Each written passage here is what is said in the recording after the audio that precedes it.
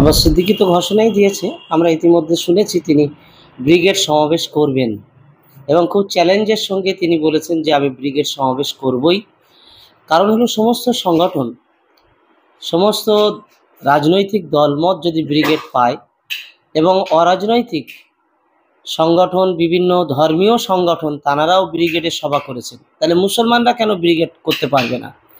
ব্রিগেডটা আমাদের করাটা challenge. Brigade অবশ্যই পীরজাদা আব্বাস সিদ্দিকী যেহেতু ইতিমধ্যে ঘোষণা দিয়েছেন যে ব্রিগেড আমি করবই, সেই ব্রিগেডের সোশ্যাল মিডিয়ায় আমরা ঘোষণা শুনেছি অনেকেই। পীরজাদা আব্বাস সিদ্দিকীর এই ঘোষণার পিছনে একটা অত্যন্ত বড় আশার আলো আমরা পাচ্ছি।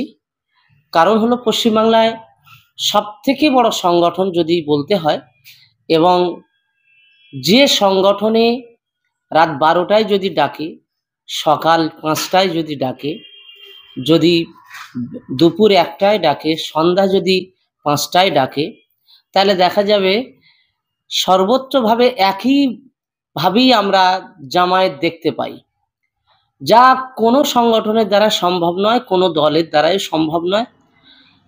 সকাল 5টায় আব্বাস সিদ্দিকী বক্তব্য দেবে, সেখানে 20,000 মানুষের সমাগম।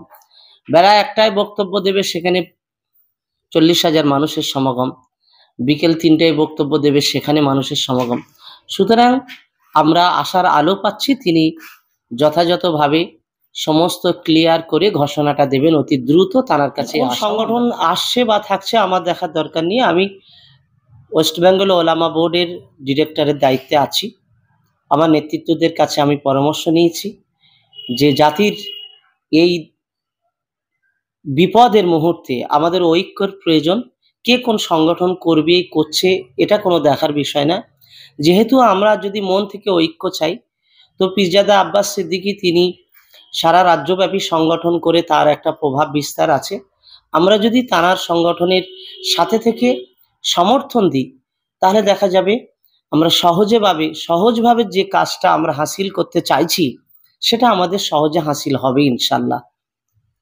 অনেকেই প্রশ্ন করছে যে এরকম ভাবে মুসলিম সংখ্যালঘু এবং দলিত আদিবাসী শুধু তারা লড়াই করলে হবে না, বিধানসভায়ও লড়াই দিতে হবে, এরকম অনেকেই প্রশ্ন করছে। তাহলে আপনারা চাইবেন না যে সংখ্যালঘুর বিরুদ্ধে এরকম 10টা এমএলএ পাঠানোর দরকার বিধানসভায়, তারা কি আওয়াজ তুলুন? অবশ্যই দেখেন, এ বিষয়টা খুবই সিম্পল একটা বিষয়। এই বিষয় নিয়ে যদি আমরা না বুঝি কিছু করার নেই।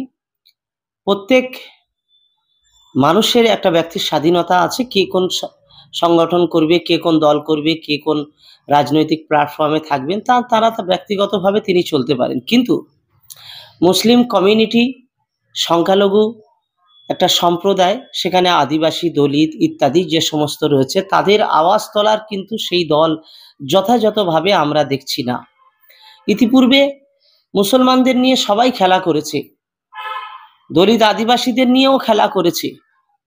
তো সেই যদি দলিত আদিবাসী সংখ্যালঘু সম্প্রদায় মুসলমান মিলে একত্রিত হয়ে যদি একটা দল যদি রাজ্যসভায় বিধানসভায় যদি আমরা দেখি, তাহলে নিজের আওয়াজটা নিজে দিলে সহজেই তাহলে কাজটা আমরা সুবিধা পাবো, আমাদের সুবিধাটা আমরা করে নিতে পারবো। একটা কথা আছে, বাবা সাহেব আম্বেদকর যে সংবিধান রেখে দিয়েছেন, তোমার অধিকার তুমি ছিনিয়ে নাও, আমার অধিকারকে আমাকে ছিনিয়ে নিতে হবে। তাছাড়া আরেকটা কথা খুবভাবে আমি বলি, ইসলামে তো রাজনীতি হারাম নয়। ইতিপূর্বেও আমি একটা বাইরে বলেছি, ইসলামের রাজনীতি এটি হলো ফরজে কেফায়া, কিছু জন করলে সুন্দর হয়। ইসলামকে আপনি দিন, ইসলামকে, মসজিদ মাদ্রাসাকে যদি আপনি যথাযথ ইসলাম মুসলমানের ঐতিহ্যকে যদি রক্ষা করতে চান, তাহলে আপনাকে অ্যাসেম্বলিতে থাকতে হবে, আপনাকে রাজ্যসভাতে থাকতে হবে, বিধানসভাতে থাকতে হবে। আপনাকে যথাযথ আইনের উপরে আপনাকে কঠোরতা অবলম্বন করে সেখানে যেখানে আইন পাশ হয় আপনাকে সেখানে থাকতে হবে, যাতে করে ইসলাম ও মুসলমানদের বিরুদ্ধে আইন না পাশ করতে পারে। তাহলে সেখানে তো থাকা অবশ্যই দরকার। পরের উপরে ভরসা করে পথ চলে না। তাছাড়া ক্ষমতা থাকলে তারপরেই তো আপনি সঠিকটাকে প্রতিষ্ঠিত করার অর্থ কি, মানুষ আমরা আসলে বোঝার চেষ্টা করি না। আল্লাহ পাক বলেছেন তোমরা নামাজ কায়েম করো, নামাজ কায়েম করো। নামাজ কায়েম করতে বলেছেন। কায়েম অর্থাৎ কি? কায়েমের অর্থ হলো প্রতিষ্ঠিত করা, প্রতিষ্ঠিত করা, পড়া নয়। তাহলে নিজে পড়া শুধু নয়, আমার কওমকে, আমার সমাজকে, আমি দেশে, আমার আমার এই পৃথিবীতে আমি নামাজকে প্রতিষ্ঠিত করব। তাহলে প্রতিষ্ঠিত কোনো জিনিস করতে গেলে তার পিছনে ক্ষমতার প্রয়োজন হয়। আপনি ইসলামকে প্রতিষ্ঠিত করবেন, ক্ষমতা না থাকলে প্রতিষ্ঠিত করতে পারবেন না। আপনি স্বচ্ছ সমাজ খুঁজবেন, স্বচ্ছ সমাজ করতে গেলে ক্ষমতা থাকতে হবে। আপনি দেখেন না আমাদের মুসলিম সমাজের যুবকরা কিভাবে ধ্বংস হচ্ছে। আপনি দেখেন আপনার জুয়া, মদ, গাঁজা, আপনার বিভিন্ন রকম অসামাজিক কার্যক্রম, আপনার গান বাজনা থেকে শুরু করে যে অসামাজিক কার্যক্রমে লিপ্ত হয়ে গেছে। আপনি আমি বললে মৌলানারা তো আমি তো 2007 সাল থেকে ওয়াজ নসিহত করে আসছি, বলেই যাচ্ছি, তাহলে বাড়ছে না কমছে? বেড়েই চলেছে। কিন্তু এই সমাজে যদি নেতৃত্ব শ্রেণীর মানুষ তারা যদি মদ বন্ধ করে দিতেন, তারা যদি গাঁজা বন্ধ করে দিতেন, তারা যদি মদ, জুয়া, অন্যায়, অপরাধ, এই সমস্ত নারীদের নিয়ে অসামাজিক কার্যক্রম যদি তারা যদি আইন করে বন্ধ করতেন, তাহলে সমাজ স্বচ্ছ আমরা দেখতে পাতাম। তাহলে মূলত স্বচ্ছ সমাজ যদি আমরা চাই, তাহলে অবশ্যই আমাদের রাজনৈতিক প্ল্যাটফর্মে ভালো মানুষের জায়গা করে দিতে হবে।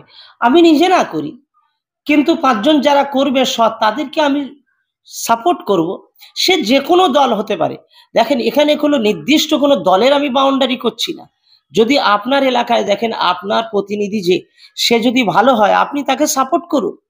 আর সে যদি নোংরা হয়, আমি এ কথাটা বলবো অন্তত আপনি তার থেকে সরে আসুন, সমাজকে সুন্দর করার জন্য আপনি তার থেকে। আপনি আব্বাস সিদ্দিকের বিভিন্ন জনসভায় যাচ্ছেন এবং এই যে ব্রিগেড সমাবেশ যদি আব্বাস সিদ্দিক ভাইজান তিনি বললেন যে আমি ডাকবো, যদি ডাকেন কতটা সাকসেসফুল করতে পারবেন? আমি এটুকু কথা বলতে পারি, ইতিপূর্বে ল বোর্ড, মুসলিম পার্সোনাল ল বোর্ড, তারা আহ্বান করেছিলেন বিভিন্ন সংগঠনকে। যদিও রাজ্যের বড় বড় সংগঠনকে এড়িয়ে কিছু ছোট ছোট সংগঠনকে নিয়ে তারা একটা ঐক্য হয়ে সমাবেশ ডেকেছিলেন, সেখানেও আমরা সমর্থন দিয়েছি।